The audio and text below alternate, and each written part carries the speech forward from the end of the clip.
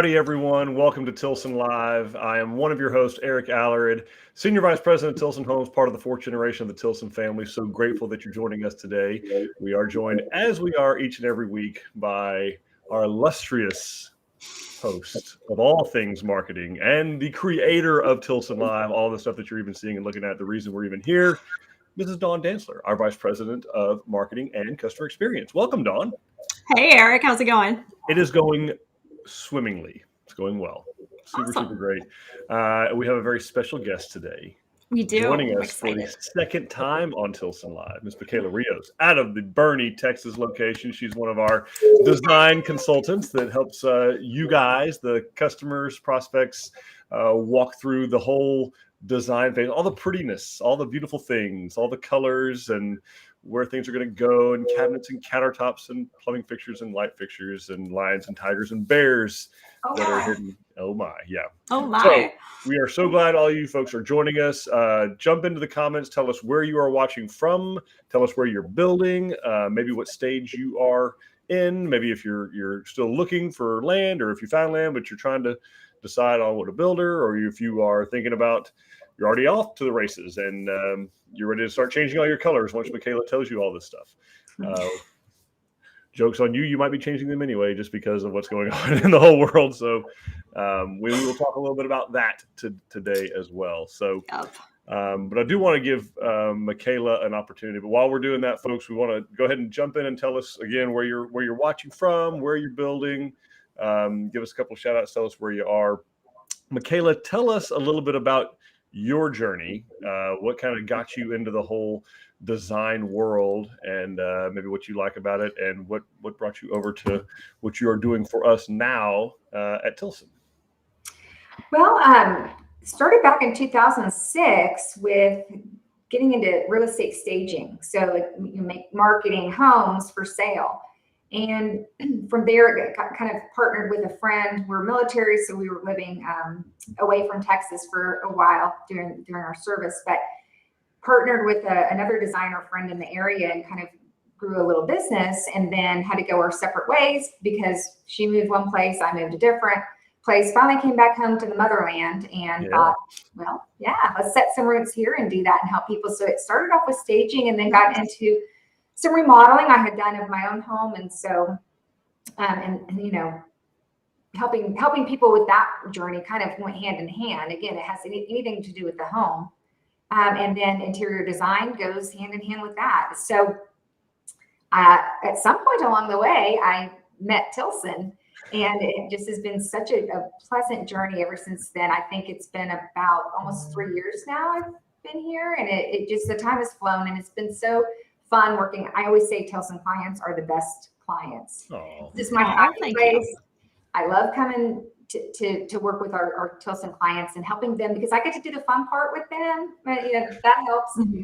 But yeah, just, you know, letting their vision come through, letting it be their design, that I am their safety net, I'm their guide, but they're the ones, it's going to be their home. So yes, that's it in a nutshell.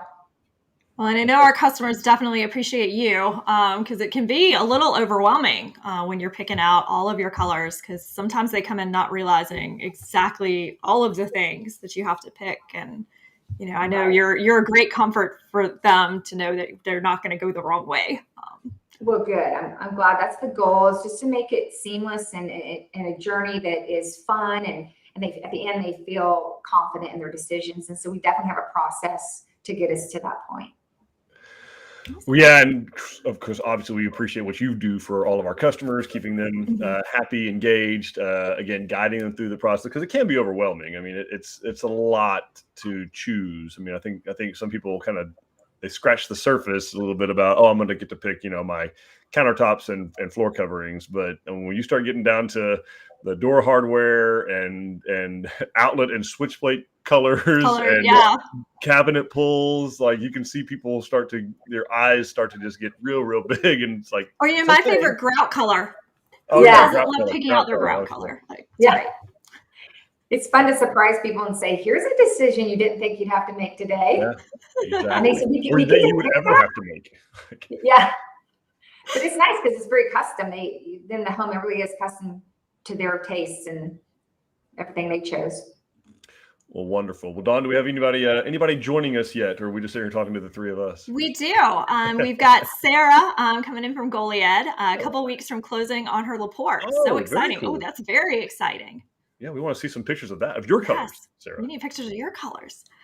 Shannon and Daniel, building in Wood County, just had the geotech come out. Awesome. Brilliant. We got Martina, released to estimating, waiting on our next meeting to meet the super and have our pre-con, building in Avant, living in Colleen. Excellent. We've got Kathy, living in Colorado and building a driftwood. Just had our foundation poured. Fabulous. We've got Darius. The wife and I live in Atlanta, but bought a few acres in Republic Grand Ranch earlier this year. We are looking forward to building the next couple of years. Love the information and transparency Tilson shares. Thank you. Thank you for finding us, Darius. We're doing a stakeout today in Republic Grand Ranch with a customer. So it's awesome. Exciting. It's exciting to see that get underway. The utilities and everything are coming in. We've got Tara and Kaufman building a Laporte. They started my pad yesterday, so excited to finally see progress that isn't paper related. Yeah, it does feel like a lot of paper. Well, it is a lot of paperwork. It is. It doesn't feel like it. No, it really is. It is a lot of paperwork up front, but it's going. We want to make sure we have everything nailed down before we actually start building. So that's awesome. We've got Brianna building the Angelina in Burleson. Just had our framing inspection. Awesome. And then we've got Kristen building in Garden Ridge. Happy to see y'all since I've been on my sofa for 4 days with COVID. Oh no. Get well we're happy soon, that you Kristen. could join us. Get well soon. And then we've got Barbara building in San Marcos, Wimberley off RM 32, a Whitney D. Awesome. That's exciting. Yeah, so just a little side note there. Texas is so big, we cannot agree what to call our farm to market roads. So in some parts of the state, it's FM, farm to market road. In other parts of the state, they're like, I'm not a farmer, I'm a rancher. It's ranch to market. All right. That's awesome. Mainly in the hill country. I guess because they don't farm in the hill country as much because, not a lot will grow in rocks. So it's all ranch to market road, RM, Ranch Road 12, Ranch Road 32. And over in my neck of the woods, it's farm to market. FM this, FM that. I just always found that why did Texas not do that? Who knows? Did I tell you my story about back before Google Maps, Garmin days? So aging myself. But the Garmin didn't understand what FM was.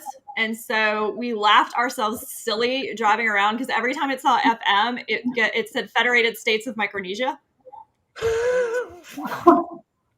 So that's we were a long like, way from here. What did that just say? And it was, so you'd miss your turn while it was trying to tell you where to turn. That phrase was so long, but we just absolutely laughed ourselves. Actually from out of town. So you really did need, here in Texas, we put the Google Maps on, but we have no intention of ever following it. It's like white noise in the background while we're driving. It's just one more person for me to ignore in the car while we're driving down the highway.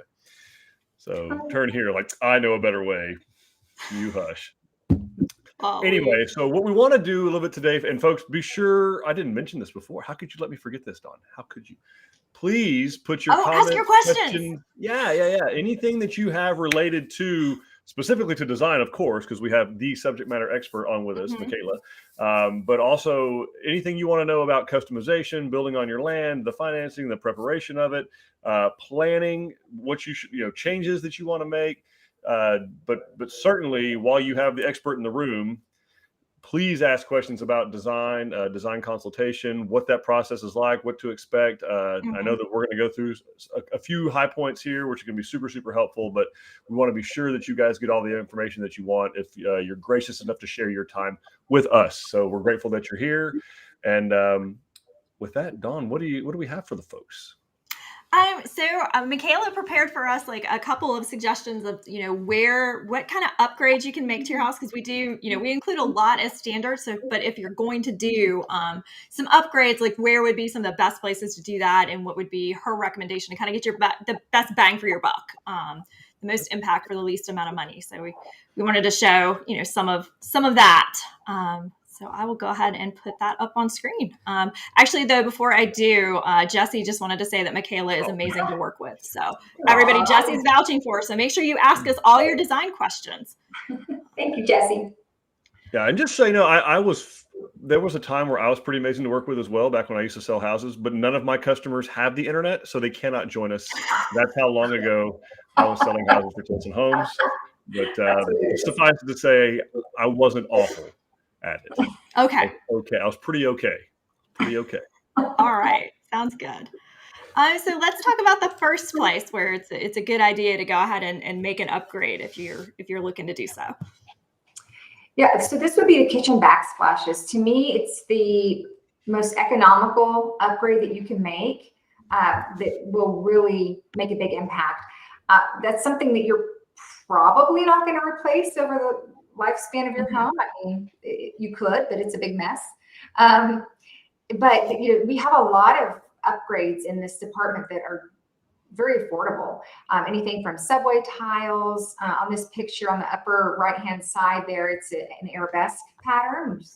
A little bit of, it's a subway tile, product, but softer edges. You could do different patterns. So the middle top picture there shows a herringbone pattern in the middle there, with the rest of it being an offset bricklayer's pattern. And that's just using the same tile, but a little bit different layout. It's very economical. It just gives it a little bit of pop. Yeah.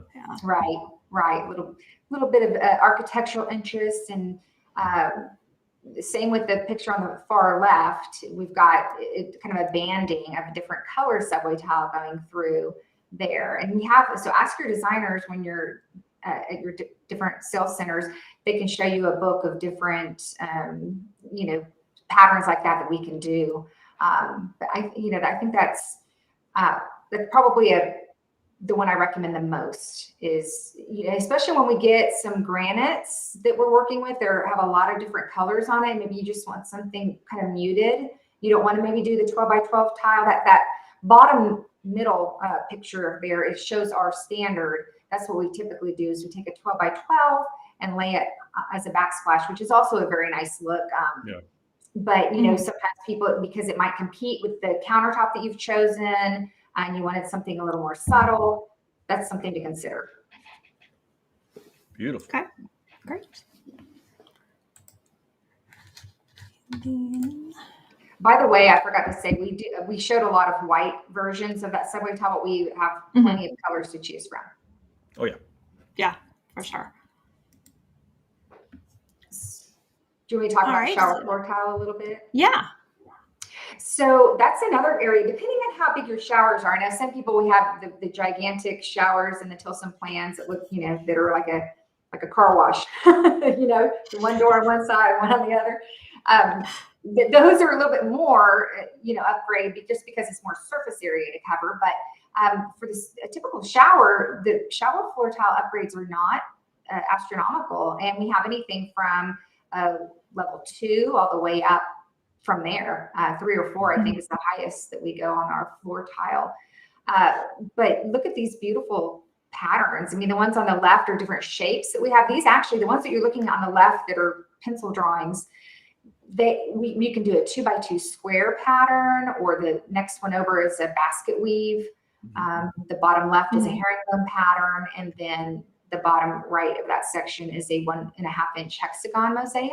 These come in full sheets, and we can just, lay them. So actually, those ones that you're looking at, those are standard, believe it or not. And they come in a lot. They come in, let's see, I think it's eight colors, because there's glossy ones and there's matte. We don't want to put the glossy ones on the floor in the shower. That wouldn't be good for slippage. A little dangerous. But the matte ones are nice, and our customers almost always find something within that standard range that will match what the wall tile that they picked out, because we want that to coordinate in some way, either be a contrast or be complementary to it. But all the depictions on the right there of that slide show just some of our upgrades, level 2 and 3, I believe. But we also have pebbles, that's another upgrade. And they come in lots of different colors. So just ask about that if you're interested, if you just want that little bit of decorative element that's going to make your shower feel like a tranquil spa or whatever you're going for. That's kind of a fun way to add a little bit of interest. Yeah, Jessie was commenting that her husband is beyond excited for the pebble rock shower floor tiles that they picked out. I remember that. It's going to look beautiful. Great. Yeah. All right. And I think the next thing we had in here was door hardware. Yes. So our standard is a knob, and that will come in 3 different colors, which are also depicted here. But this is the level 2 door hardware that you're looking at. And so sometimes, and the nice thing is we can separate it out. So say that you just want your front door hardware to be elevated to a level 2, for instance. The difference between level 1 and 2 is instead of a knob, it's going to be a lever. And so as you know, I'm always thinking about aging in place. A lot of those homes that we're building are forever homes. And so it's nice to have that lever. So, you know, with arthritis, it can be hard to turn a knob, and levers are easier. Be warned though, because if you've got a dog, they might be able to open the door. So my dog figured that out. My golden has taught herself how to open the back door.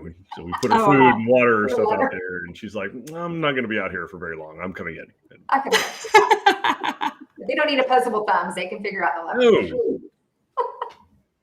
So these are the colors that we do have. And this is just like a level 2 door hardware upgrade. And that's the most economical one. It's really not that big of a jump. As you know, as you get up in the levels, if you want a different look, of course, you're going to pay the upgrade fee for that. But this is a nice one, you know, that you can, that's another thing. You don't want to have to worry about replacing those later in life. Just maybe bite the bullet and think about that now. Yeah. So we've got the stainless, which is kind of a shiny, almost a chrome look. And then the satin nickel, which is also called brushed nickel, another design lingo. And then we got the Venetian bronze, which is really dark. And sometimes if people want, like they're going for a farmhouse look and they want black hardware, it's really dark. It almost looks black. So you could do that without having to pay a further upgrade for a true black door handle. Yeah, absolutely. Beautiful. All right. And cabinet knobs. Tilson is wonderful in offering cabinet knobs on your cabinets. You know, there's a lot that, you know, in the industry that's very unusual in my opinion. So it's nice because it protects your cabinets over the long run, because you're not, you know, grabbing the wood or the painted surface and getting fingerprints on it or wearing it down over time. You know, the knobs are protecting it. So the very top row there are all of our standard. We offer in all those colors, and even the bottom left knob with the rope detail, right? As of now, that is still standard as well, and that comes in the oil rub bronze color as well. So most people find that they're happy with our standard. However, say that you wanted to upgrade to maybe a square look or you know, one of these other looks that maybe you're. Yeah, I don't know what that is. I don't know what that's called. It's like a round square. I don't know what that's called. Yes, it's a round square, exactly. You know, you couldn't decide, the husband and wife. It's like the compromise square. Compromise, you need to know, exactly. But we do offer that brushed gold, which is really popular right now, as well as the black, which is really popular. Oil bronze is always a good standby, and the satin nickel is very popular because a lot of times, for instance, in our kitchens, we'll have the stainless steel appliances, and so that can be a nice complement. Although I will tell you, it's okay to mix metals. I get asked that a lot, and yes. Oh, really? It's okay to mix metals. It's a very design-friendly thing to do. I do it in my house. So you don't need to worry about like all your door hardware and all your light fixtures and all your cabinet knobs. They don't have to match with each other. There's definitely some rules that go along with that, but that's what we're here for, to walk you through that. So you don't have to worry about knowing them. Okay. So, yeah, I know that used to be like a big no-no that you didn't. Right. You didn't do that. So I even had some houses that I lived in that like one side the knob was gold and the other side the knob was silver, so that they weren't mixed in a room. Yeah, it was really weird. Oh, wow. It's really weird. Yeah. That's cool. East Coast people. I know. We're a bunch of weirdos. The original Americans. Leave it to them. We just like to make up rules that don't matter. It's just what we do. This has been a recent addition for our portfolio. So please tell us about this, Mikaela. This is great. Yeah, the pools are a great addition. Now, these are all upgrades. They come in all the colors portrayed at the top of slide right there. But then, and we kind of have them mixed around, but just to show you all the different shapes that you can, that we offer. They come in different sizes too. And, you know, some of them will be, you know, 3 inches, 4 inches, 5 inches, depending. So if you have the larger drawers, you might want the larger pulls. And that's where we normally see them done, is on drawers.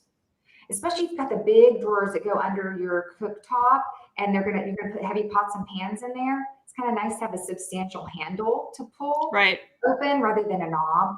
So you know, it's fun because you know, and a lot of these mix and match really well with the cabinet knobs that we saw on the previous slide. So we'll find styles that match for you. So you could even stick with the standard on a lot of the knobs, and we'll find a pull if you want some of those on drawers, etc. Some people put them on cabinets as well, depending on how much you want to spend. And right now, the upgrades on these are anywhere from like a couple dollars all the way up to about $8. And of course, that's right now in what are we, November 2021? So, you know, don't hold me to that, but but right now that's kind of, you know, it's a very affordable. When you think about how many drawers you have in your kitchen, it's not that many. And once you drill holes in wood, it's going to be there forever, right? Yes. So definitely, this is something I would say think about when you're in the design center, what you want to do, because where you drill the holes is going to be there for the life of the cabinet. Yep, you're gonna have to figure out how to cover that hole if you change something or get something exactly the same size. Yeah. All right, you guys want to pause for a second and answer some questions? Yeah, I think it'd be a good idea. We got some questions piling up. We'd like to talk to these folks. And again, while we're doing this, folks, put your questions and comments into the chat. We will answer all of your questions before we leave today, even if that means Mikaela should till 6 o'clock this evening. That's just, she's totally prepared for that. She can't wait. But yeah, ask all your questions. Please get them in there. Martina was sharing that she had a road named Private Road. That's right. Yep. That's fun. Darius was asking for a simple overview of the process. All right. So I don't know if he's asking about the whole building lot process or the design center selection process. So I'll let Mikaela do the design center selection process. Simple overview, kind of where do you start and what's the method there.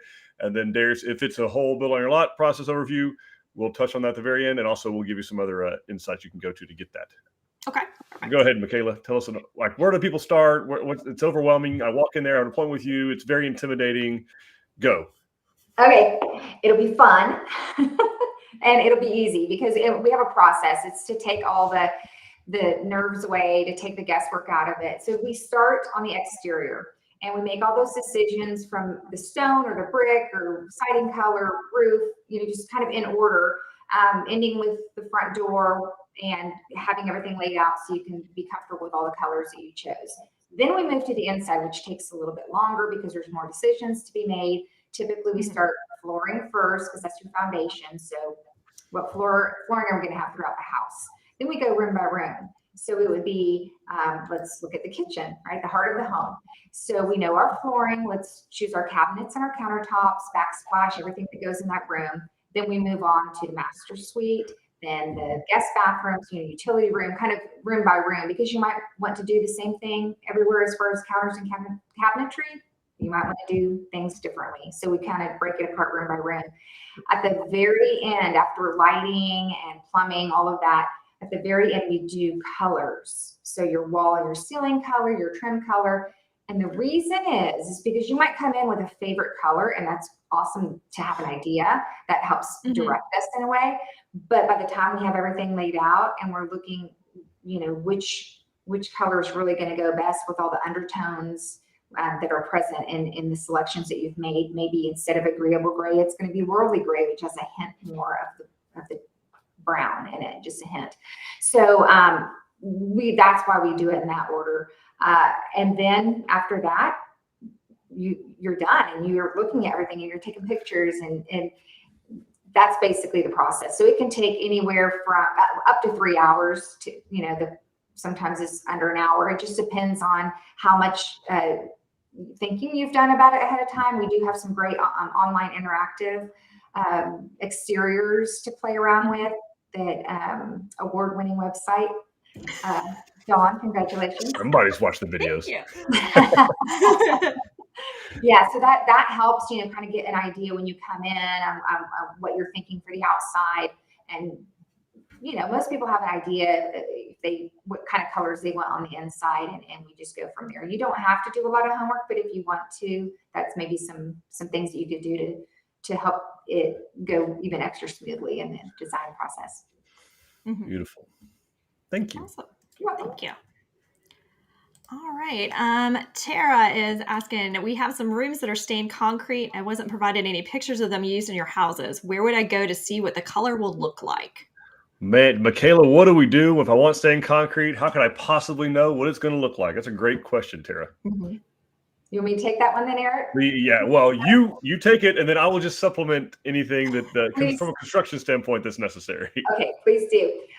So we do have an internal website that when you're in the design showroom, I have the ability, and even your sales consultant will have the ability to pull it up online to see some stained concrete that we've done maybe in that same color in other houses that Tilson's done.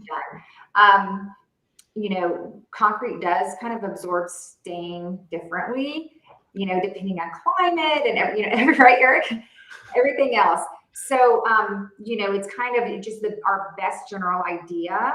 And also keep in mind that when we're looking at things on computer monitors, the color that we're seeing could be different than in real life, just slightly. That's just the nature of every computer monitor is a little bit different. And so keeping all of those things in mind, that's probably the best way to get a general idea of what color that will be.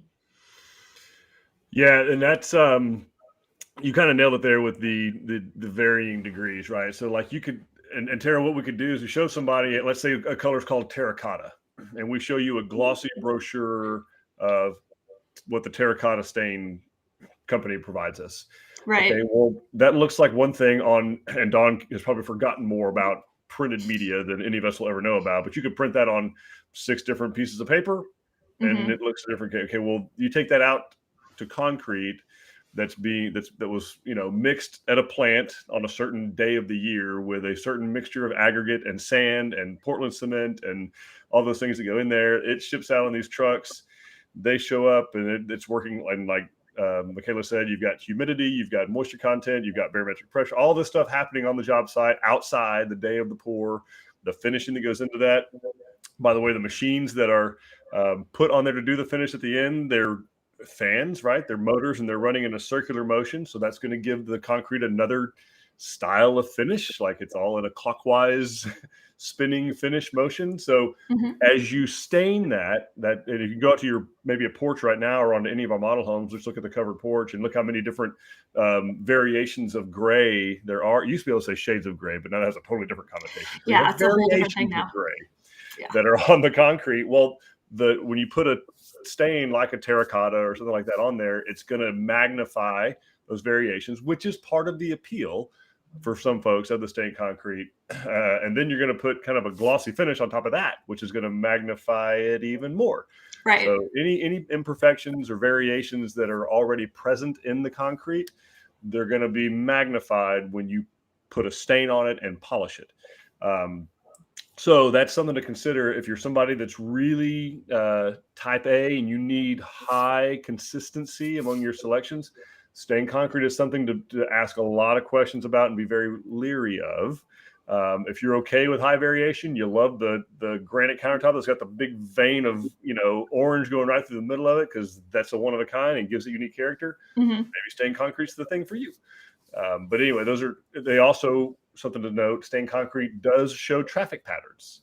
So it's going to wear the finish, the polishing and the stain itself will wear just like a carpet pad or just like anything else. So those are things to consider. It's not a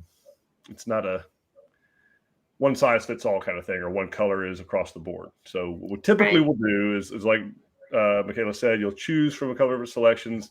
Even when it gets all the way into construction stage, what we will oftentimes do is go find a closet somewhere with you and maybe do 2 or 3 different kind of variations of what it might look like, have you pick one.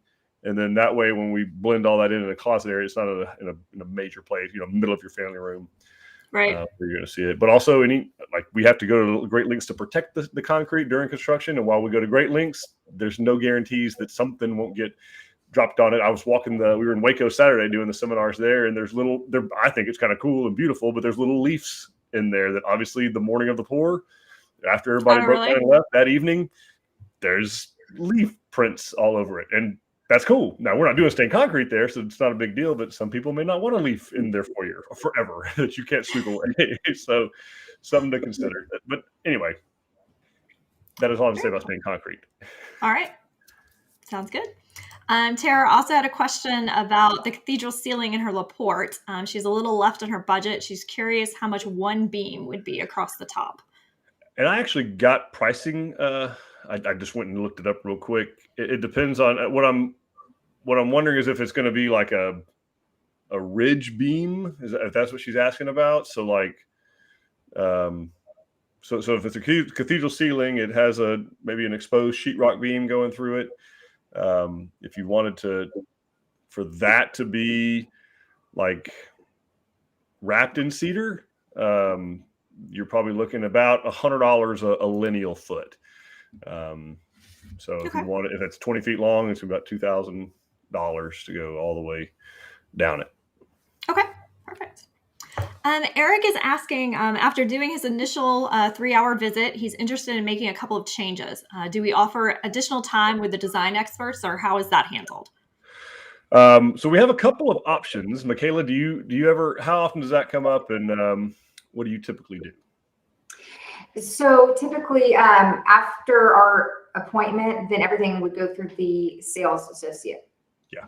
Okay. Yeah. So that's what, it's very rare, Eric, that it would need to go kind of top to bottom back again with one of the designers.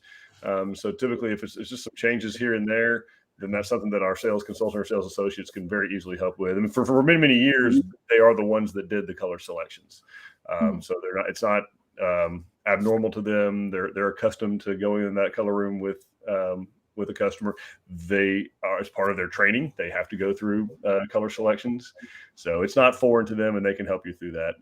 You don't need to pay the designer to come back in again and do that.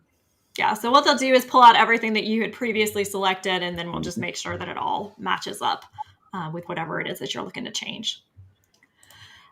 Kristen is asking, is there a way we can view all of the different upgrade options from home, like an online catalog?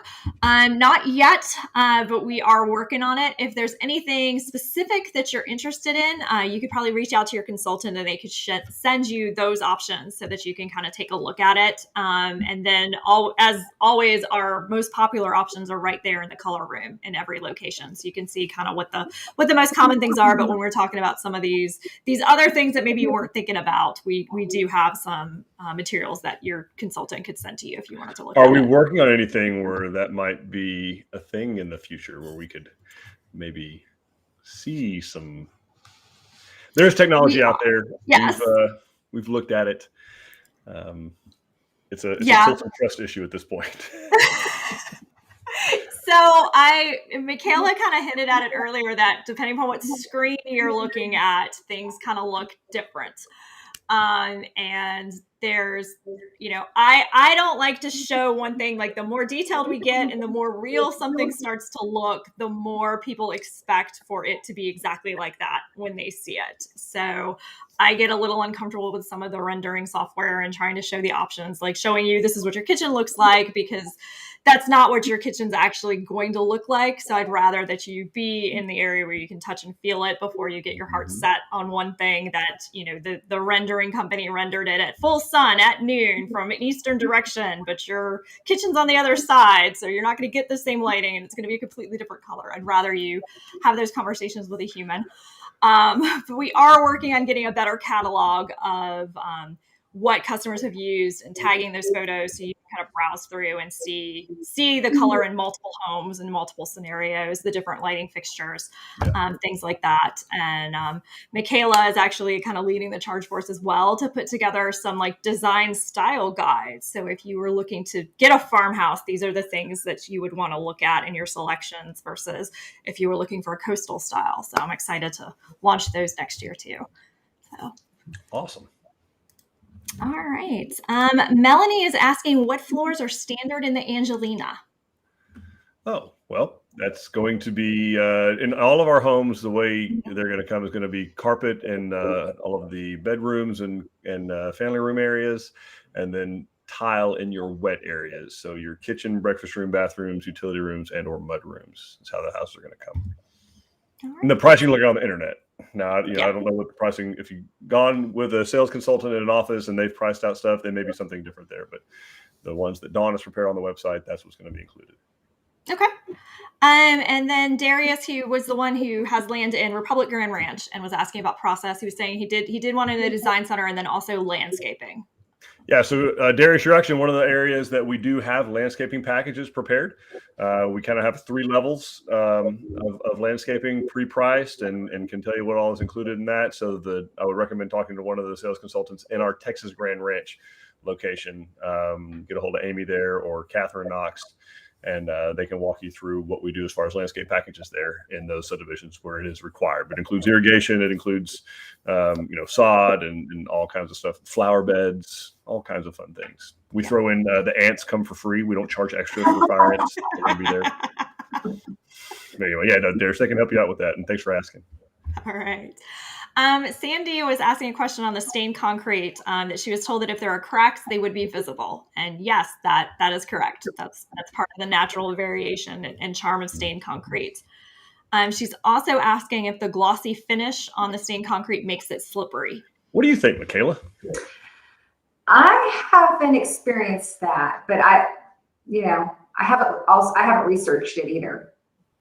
Yeah, I would say if you do, if you have mobility issues already and you're in, use maybe you or someone who's going to be living there does use a walker or cane or something like that, certainly something to consider. But in my opinion, it doesn't make it slippery enough to need to worry. If you have good mobility, you're not going to notice that much of a difference between that and like tile floors, or even wood floors for that matter. It's not like a I'm trying to think. It's not a slippery thing. I wouldn't put it in the shower. Like Mikaela was saying, you definitely want. That's why we use the smaller tiles in the shower. They're cute, which is great, but it also gives you more grout lines. A couple things. We're working it to a slope because we build our shower pans, our custom tile shower pans. We don't use the ugly acrylic or fiberglass pans that some builders will use. It's a tile pan that's custom built, has to slope. So to do that, the tile have to be smaller. So otherwise flat tile don't really like to bend.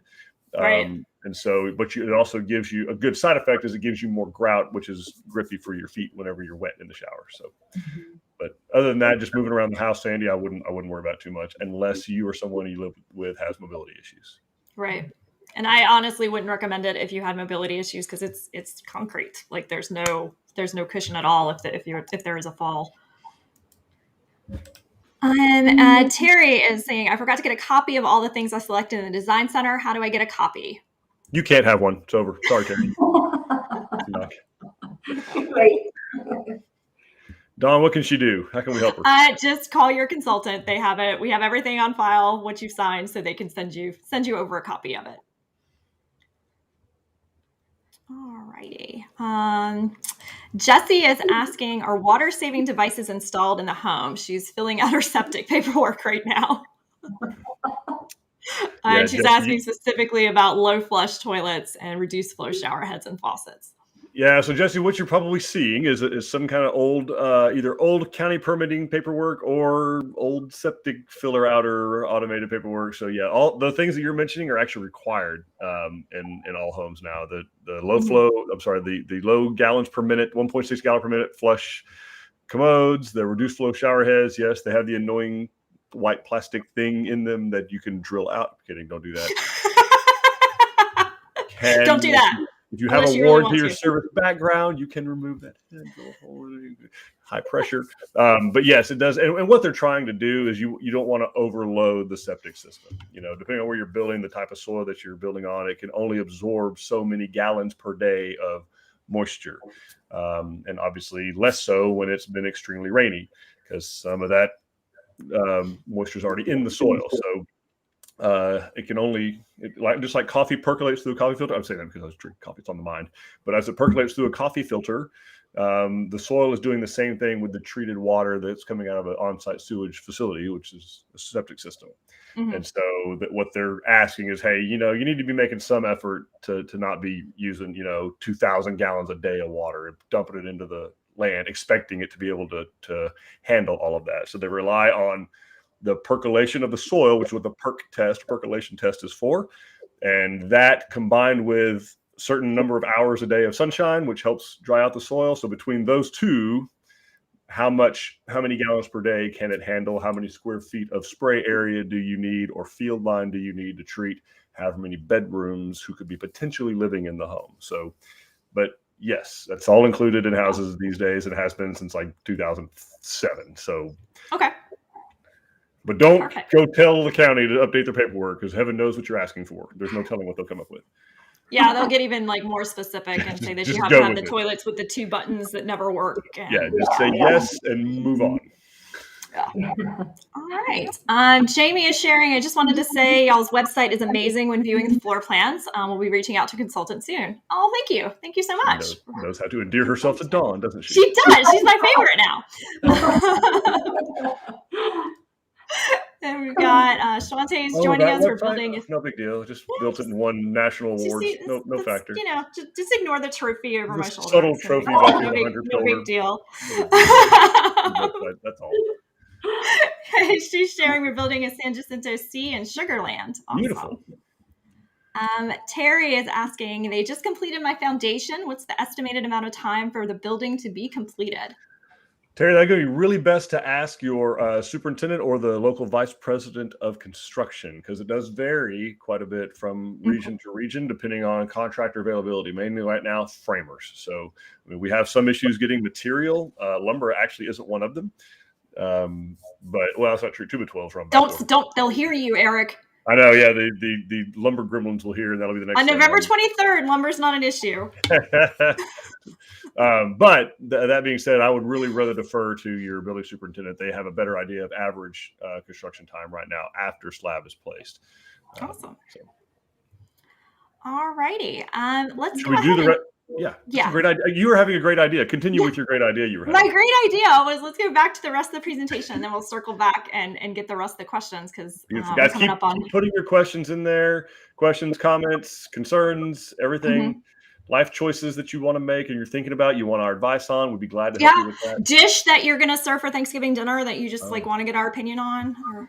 Favorite Thanksgiving dish. Yeah, favorite dish. All right. Dish that you'd be willing to go to someone's house that you don't really want to go to their house for Thanksgiving, but you would go if they served this. Ooh, that's a good one. Well, let's. I can't wait to go to my mom's house. I'm going to my mom's house Thursday. I can't wait.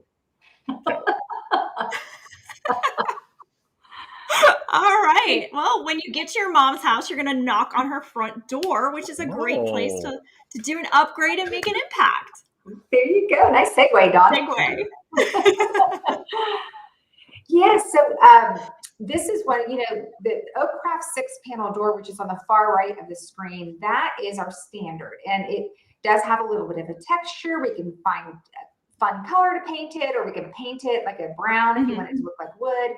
Sometimes people want a little bit of natural light in their front foyer. So I think, upgrading it to something with a window is pretty economical as far as upgrade pricing goes. So we just have a few examples here of your Oakcraft 2-panel half light, or your Oakcraft 3/4 light. That means that, 3/4 of the door is window, or your full light, which is like the majority of the door is a window. So these are, these are maybe if you wanted some natural light to come in, but you didn't want a full upgrade to a wood door, which can be thousands, you wanted to keep it under that.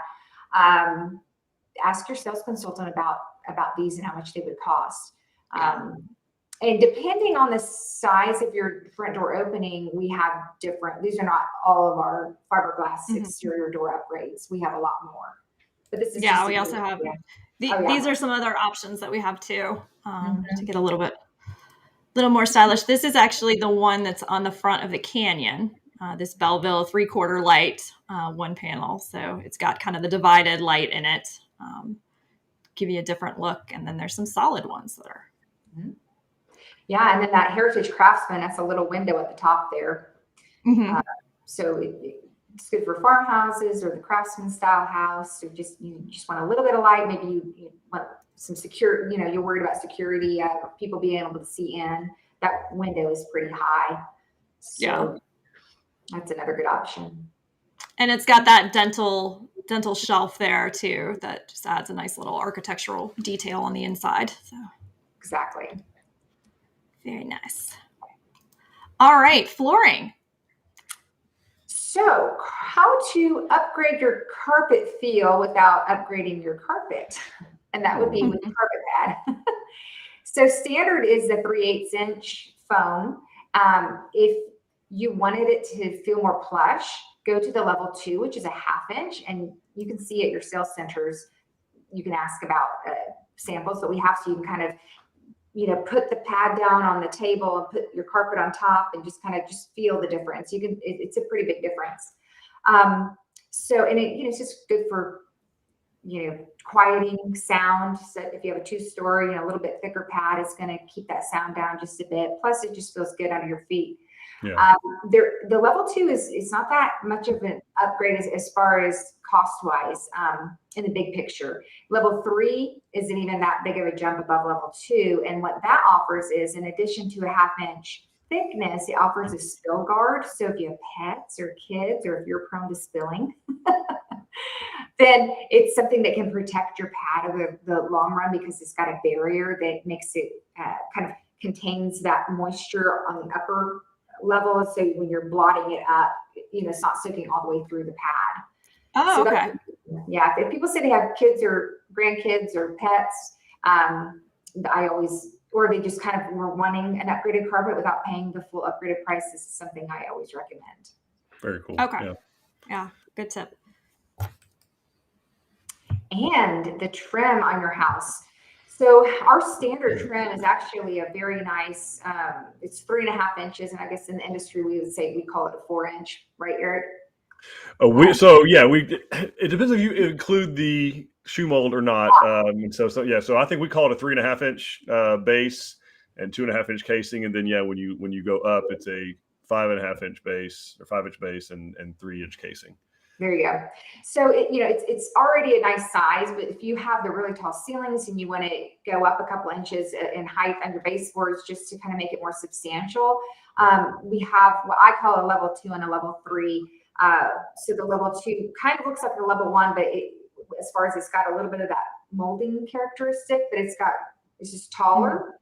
Level 3, we don't have a picture of it, but it's basically like a farmhouse shaker style. It's just like the 1x6 pine.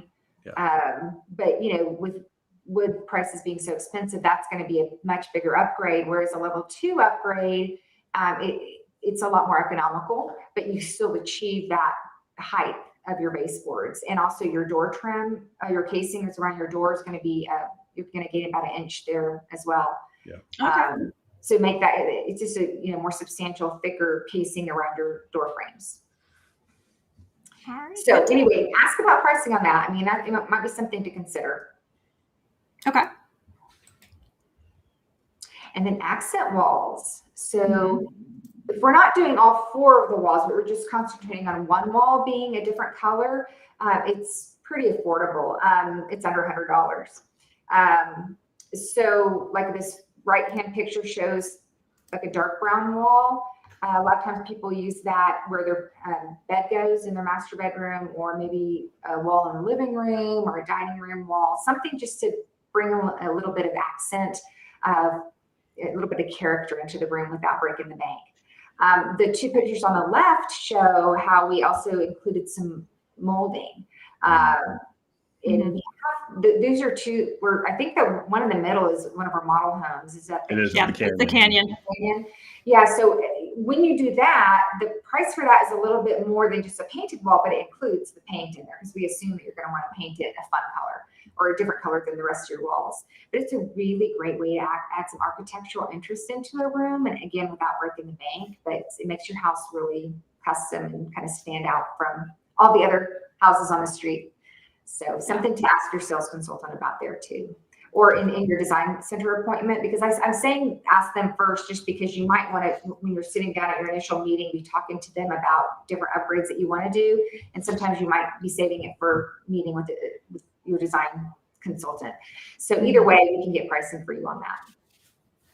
All right, perfect. Good tip. And then lighting options.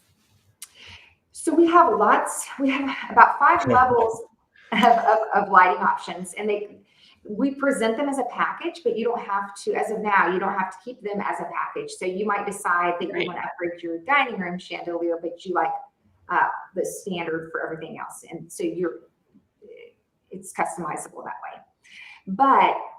And while we have 5 levels in the book, plus some additional lighting that we've added, kind of the bird cage look that is popular, put that over the island as pendants or in your foyer. We have some elongated kind of bird cage ones and various lighting options that are not on this slide. But I wanted to specifically talk to you about just a level 2 upgrade, because every time I run the figures with a client, I'm kind of surprised that it's not that much to upgrade. Maybe 15, 20, 30 bucks, depending on what light we're talking about. But, so here's an example of a level 2 dining room chandelier and then a pendant for over the kitchen island. And they come in 3 different colors for the level 2. Yeah. And then this one's kind of the full collection. And if you're looking to see this in a house, this is actually the lighting package that we used in the Canyon model that we showed earlier for everything except the pendants that are over the island. Those are one of the different birdcage options that you were talking about before. Yeah. And sometimes people, like in the level 1, we have a flush mount light that might, a lot of times we'll put that in the study. People don't want a ceiling fan, and that's what comes standard is a flush mount light. And sometimes people don't like the look of that, so maybe they just want to upgrade to the level 2 flush mount, or it's called a low foyer light. That's the one on the far left. But that would look good in a room that you like a study that you didn't want a flush mount light. You didn't want recessed lights added, but you just wanted to keep it within budget. That's a really pretty one. Yeah.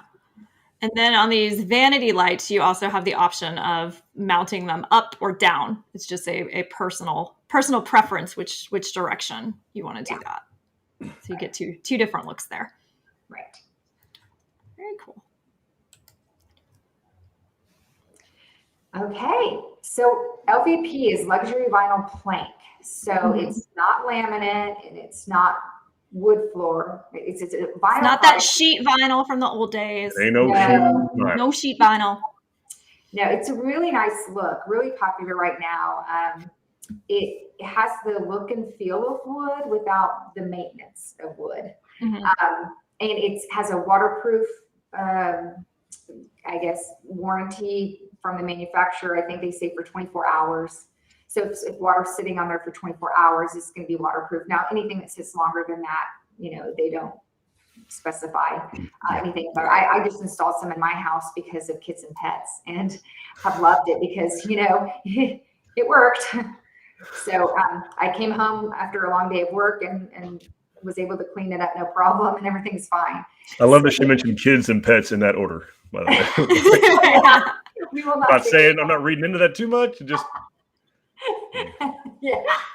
The pets don't, they can't help it. But the kids, they can. No, I'm just kidding. Right, exactly. We have expectations. Yes, higher expectations for sure. So our level 1 luxury vinyl plank is, we have about 5 colors of that. Once you get up to the level 2, you have more color options. You have more of a texture on it. So instead of feeling really smooth and slick, you have a little bit of grip, a little bit of texture. Also in level 2, you've got beveling on the edges to where because it's a product that clicks in place together, kind of a tongue and groove click in place floating floor. So the bevel makes it really look like real wood. Whereas with level 1, you do have a little bit of variation in color on the planks. And so it looks like a wood floor, but you don't have the beveling, which I think that just elevates it a little bit more. Your wear layer on that is going to be twice as thick. So say that you do get a little bit of micro scratching on it. It's just going to give you a little bit extra buffer before it goes to that backing board. Okay. So those are, we have a lot more colors in that too. But this is one where, you know, if you want to go to level 3 or 4 LVP, that is substantially more, but sometimes going to a level 2 LVP isn't that much more. And by the way, level 1 LVP is our standard. If you, for instance, wanted to go from a tile, because really tile is our standard, but then LVP right now, the pricing works out where it's an even substitute. Yeah, the level 1 LVP is the same price right now. So it's your choice. Right. And so you're already at that level 1, right? And even in your wet areas where, again, this is okay for wet areas as well, the LVP. So you might be looking at, you know, look at it when you're in the color room and just look at it and feel the difference and see what you think. Yep. Awesome. All right. And countertops. So countertops is such a big commitment, right? Because that's something, again, it's going to be probably years and years if you ever even think about, you know, demoing that and replacing it. So that might be something to consider, at least in the part of the home area, like the kitchen, or maybe the master suite where you're going to be spending most of your time. No, we're not most of it, but you know what I mean? Like you're the homeowner, so you should have a special countertop in the bathroom if you want it.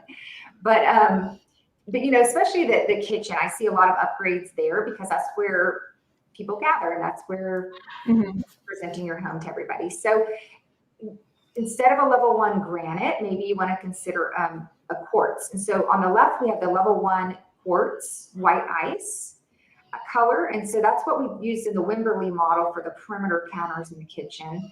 It's mostly white with little flecks of color. So it's got a, you know, a little bit, again, we have other colors, but that was just one that we thought we would showcase.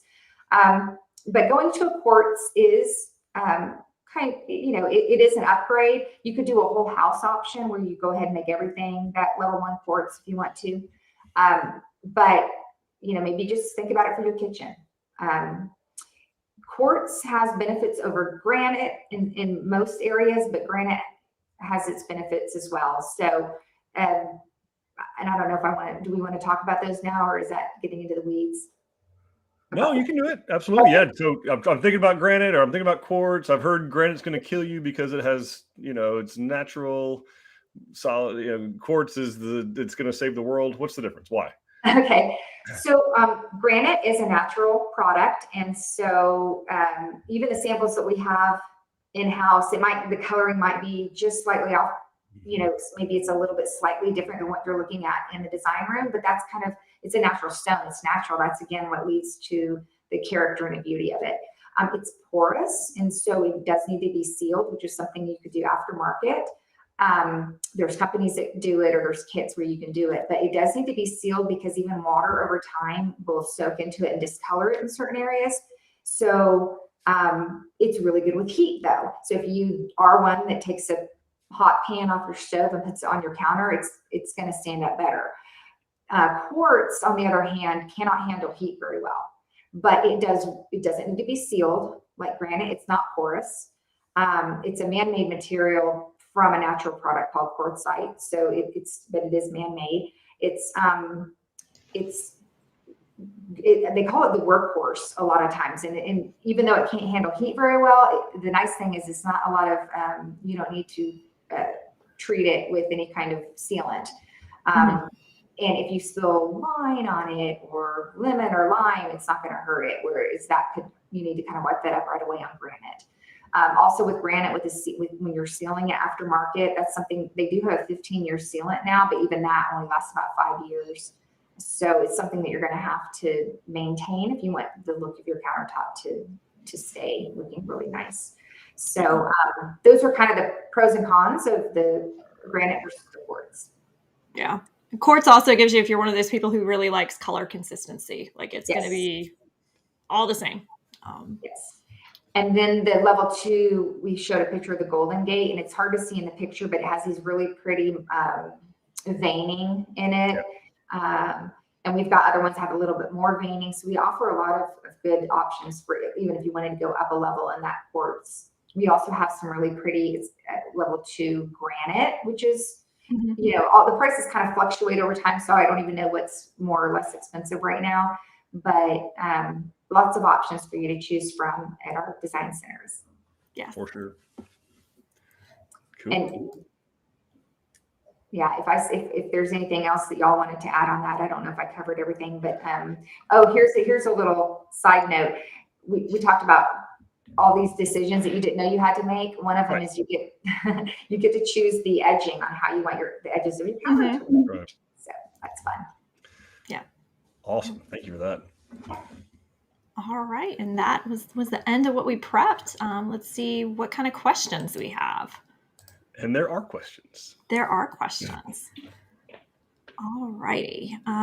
We have Shantae asking, trying to get understanding on electricity while building. Will Tilson set up the T-pole? And if so, what should we request from CenterPoint? We requested service and have the ESID number.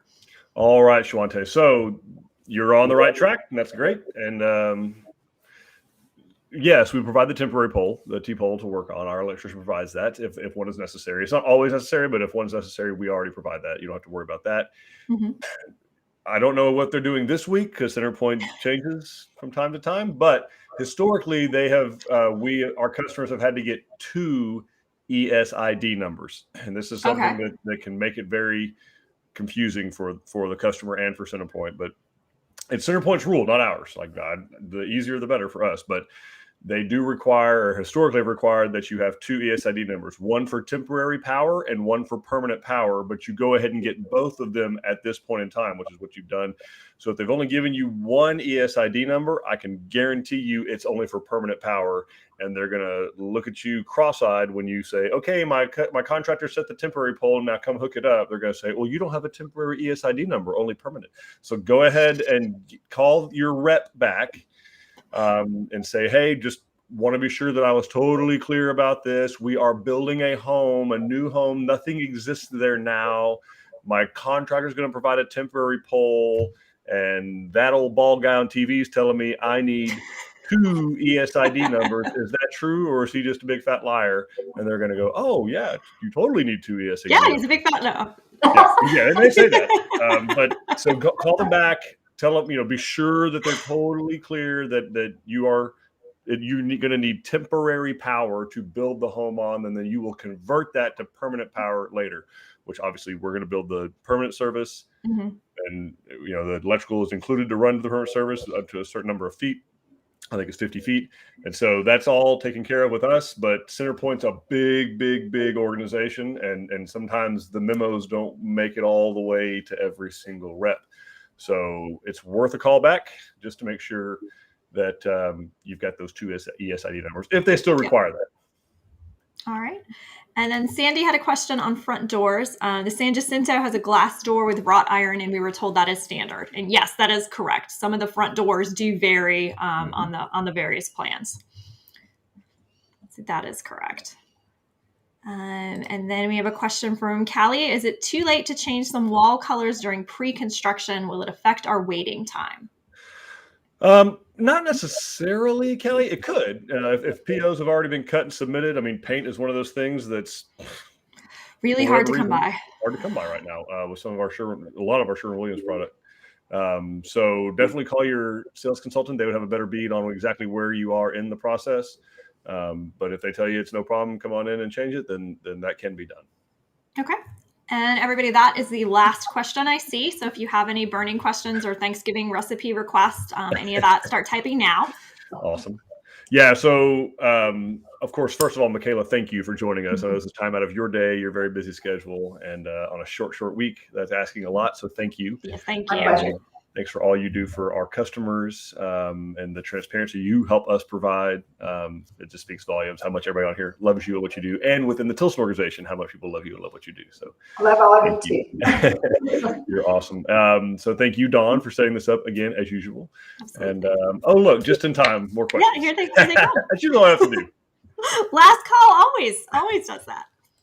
All right. So Louis is asking, I'm interested in electric hybrid water heater, one with a heat pump. Does Tilson allow customers to upgrade to something like that? And how would that work?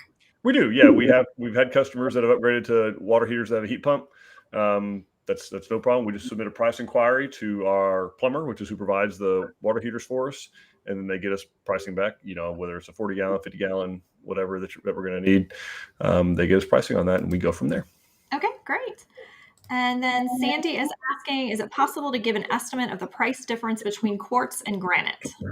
I can get you pretty close. So like our level 1 granite, which would be our what's included, it's going to be about, to go from there to like a level 1 quartz, you're probably about $15 a square foot on the countertop square footage area. So, if that helps maybe. So that's about what you're looking at, is an additional $15 per square foot. Mikaela probably have a better idea of what, an average size house, what that might be in a kitchen, but about $15 a foot is what you're looking at. Okay. Awesome. Okay. And that's it. That's really it. That's really it. Well, last but not least, I want to thank all the customers and prospects for watching. So, if you've watched this, we really appreciate it. Hope you got something good out of it. Obviously, we have a gazillion places you can go find us. Actually, just over a gazillion places you can find us. So we have a website. Obviously, we have a Facebook page, Instagram page.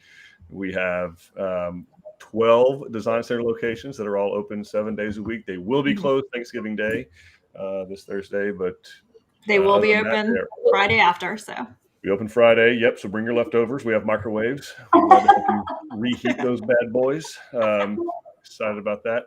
And anyway, we genuinely hope you have a great Thanksgiving holiday with you and your families. Thank you for watching, and we hope to soon make you part of the Tilson family. Talk to y'all later. Bye, everybody. Bye.